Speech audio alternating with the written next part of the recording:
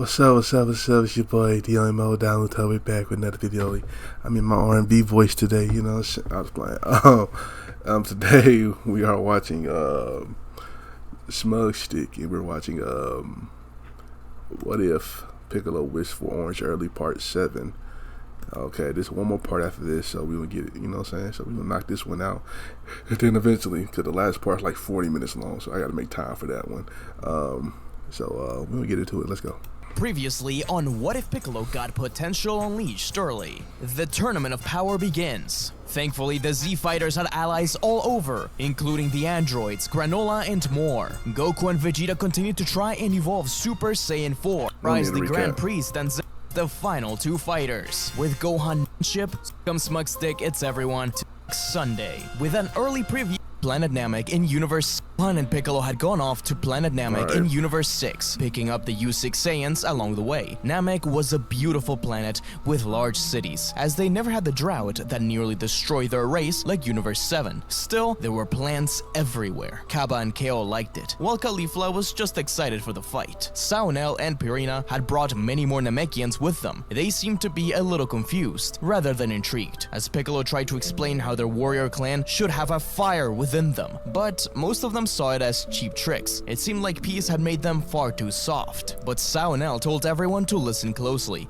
as Piccolo continued to tell stories of his adventures to his people. They had no idea they could accomplish such things. They thought only someone like Saunel could. They were also surprised to hear that he was an evil being long ago, but that friendship with the Saiyans and the humans changed him, and that perhaps living in isolation isn't the right thing for Namekians to do. How can they hope to improve if they have no contact with other cultures? Meanwhile, Gohan supervised the fight between the U6 Saiyans. They were great.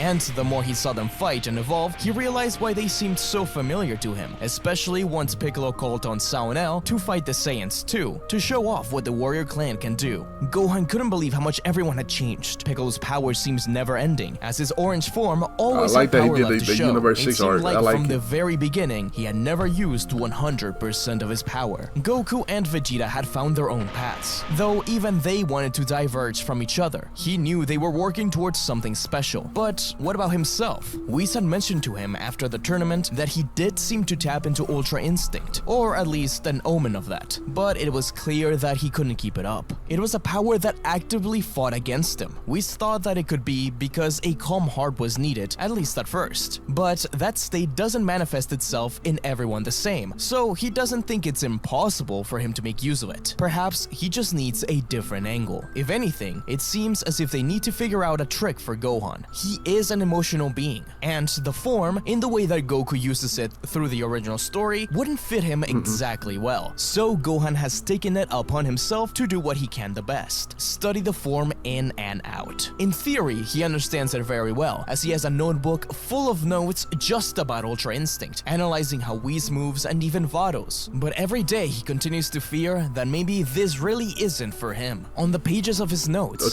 he has written Ultra Instinct, no thoughts, just instinct. Looking at it over and over again. How could he ever hope to get to that if all he ever did was think? Piccolo, on the other hand, continued to evolve his orange state. He had spent more time in Universe 7's planet Namek, learning from his own culture and figuring out techniques based on his roots. It's the reason why he's been using his stretchy arms as well as his giant form. It's things like that which made his form unique. He was still the strongest of them all, but they were catching up. Gohan began to notice in the way they all moved that it seemed like the fighters from Universe 6 were reflections of fighters in Universe 7. At first he thought this was ridiculous, but then he remembered these were twin universes: Goku and Caulifla, Vegeta and Kaba, Saunel and Piccolo. Gohan mentioned this to them all during a meal afterwards. These Namekians, though they don't need to eat, do eat because of pleasure, and their food is quite well known. The one reflection Gohan noticed was not accounted for was Kale. Piccolo thought it could be Gohan, if this theory is to be believed, but Gohan looked at Kale.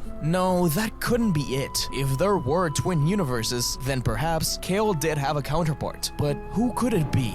Broly punches Goku across the battlefield and into the side of the Frieza 4 spaceship, nearly destroying it. Goku wiped some blood off his face, while Vegeta powered up for his turn. Broly had been found by Berry Blue. After Frieza's defeat, she had gone off to try to find any way to bring him back and return honor to the Frieza Force. After King Cold's death, it was obvious that Earth was too dangerous to keep around. Eventually, she stumbled upon Broly, who would be one of her only options. They tested him, taking it a little slower than Frieza did, as they really saw the Force as a new home for them. Broly's training was arduous, but there was no one in the Force that could compete against him, especially when he lost control. The Frieza Force gave Paragus a new collar and a remote that was stronger than the one he made from ship parts, and could give up more voltage if needed. Barry Blue decided to head to Earth. They suspected that Earth could have Dragon Balls like the old planet Namek. If so, they could use them to revive Frieza, while Broly dealt with their enemies. But Goku and Vegeta weren't going to give up without a fight. Clearly, Super Saiyan wasn't working. It was time to step it up a notch. Vegeta burst his aura open, transforming into Super Saiyan 4. You have the power of the Ozaru in your normal state. It's similar to something Kakarot and I used long ago. We've taken that primal power and made it our own.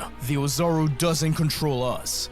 We control it. Vegeta disappeared and reappeared in front of Broly, snapping into Limit Breaker as he slammed his fist into Broly's chest, winding him. Vegeta then blasted at Broly in point-blank range. He was sent flying back, but as soon as he hit the mountain, he exploded further in power, firing a powerful blast from his mouth and into the atmosphere. It was like a volcano erupting. Paragus was terrified. This is the furthest he had ever allowed Broly to go, but he didn't press it. Not yet. Broly continued the battle, focusing on Vegeta. This actually surprised him. Broly was evolving with each punch and kick, to the point where Vegeta began kind of coaching him because he wanted a raw Saiyan challenge. Goku was a bit worried. At this rate, Broly could get out of hand. In fact, it seemed like just that was about to happen when Vegeta kept on taunting Broly until he fired a giant blaster towards Vegeta. He tried to evade it, but it followed him. The prince had no option but to defend himself against it. As the blast destroyed mountains, fire began to erupt below them. Paragus had to press the button. He had to. Otherwise, they would all die. His trigger finger was itching, but Barry Blue told him to wait a second and watch. As the blast dissipated, Vegeta fell to one knee, hurt, but not out of the running. He looked up to see that Broly was stopped dead in his tracks by Super Saiyan 4 Goku. He was using a Godbind to immobilize Broly. Paragus kept his finger right over the button, but began to relax. If Broly did calm down, then they could leave. Surely the Frieza Force had more resources for him to control his power and eventually defeat Vegeta. You're enjoying this, aren't you? Fighting. We can help you. We can teach you more. Just imagine this power you have now. The Ozaru within you. All you need is your tail back and Super Saiyan. Then we can grow stronger together. You and your dad can live here. What do you say? I promise that Vegeta has... The sound of Vegeta's name triggered Broly, who was in fact listening. He did enjoy it. He did want to grow. But the things he had heard about Vegeta over the years, the anger he felt towards him because of his father. Even so, he believed what Goku was saying. He wanted to finish this fight as the restraints broke apart. Broly reached out, not with hatred, but with the adrenaline of a Saiyan, ready to blast Goku again as he stumbled back. But Paragus was too afraid. He was terrified and finally pressed the button.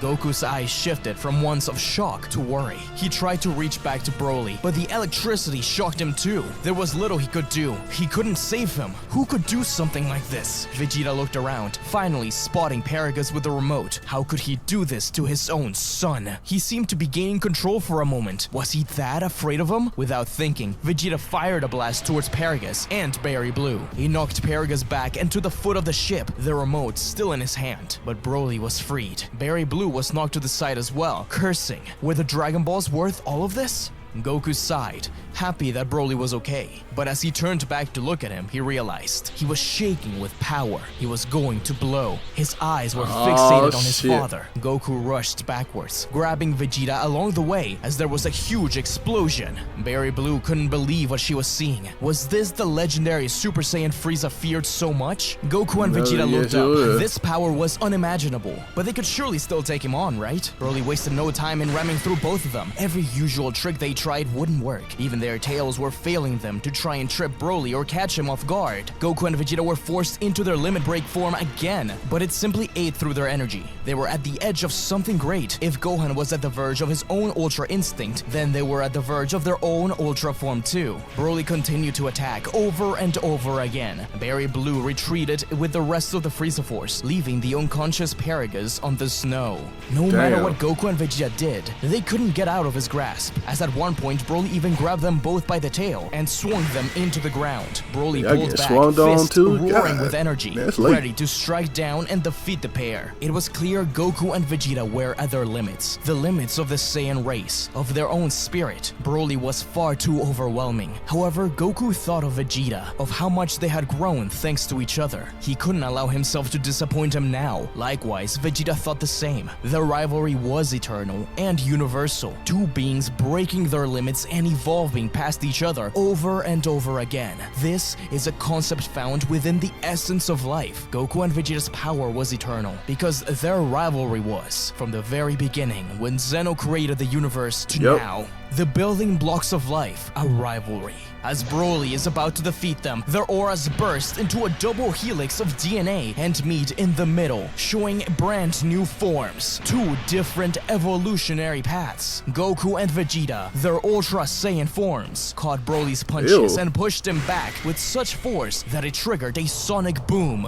Goku started to raise his ki again, beyond all of his capabilities. His aura was getting fiercer. In reality, Whis and Beerus had pointed them both in the right direction, though in different paths. I had to take a few steps back, finishing up what I had on my plate. Since Super Saiyan 4 is the power of the Super Saiyan and the Great Ape, I knew that if I wanted to pursue something stronger, I had to master Super Saiyan 2 first, and even 3. It was hard to get, and even harder to control, without all the rage, all the stress, entirely calm and under control, benefiting not only the 4th form, but allowing me to push further, to break my limits beyond. I realized that the art of peace and the art of war are one of the same. I guess you could say, Broly, the best defense is a good offense. The power of our Saiyan heritage, the Ultra Saiyan form. To make it easy, why don't we call this Super Saiyan 5.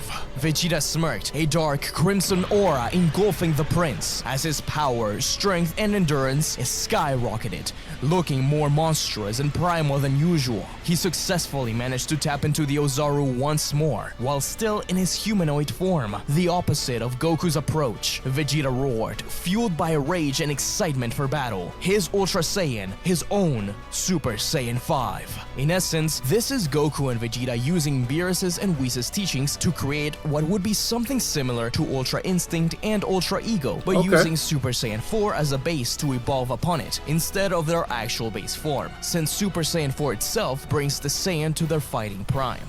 Broly roared, but the two Saiyans responded with a roar of their own.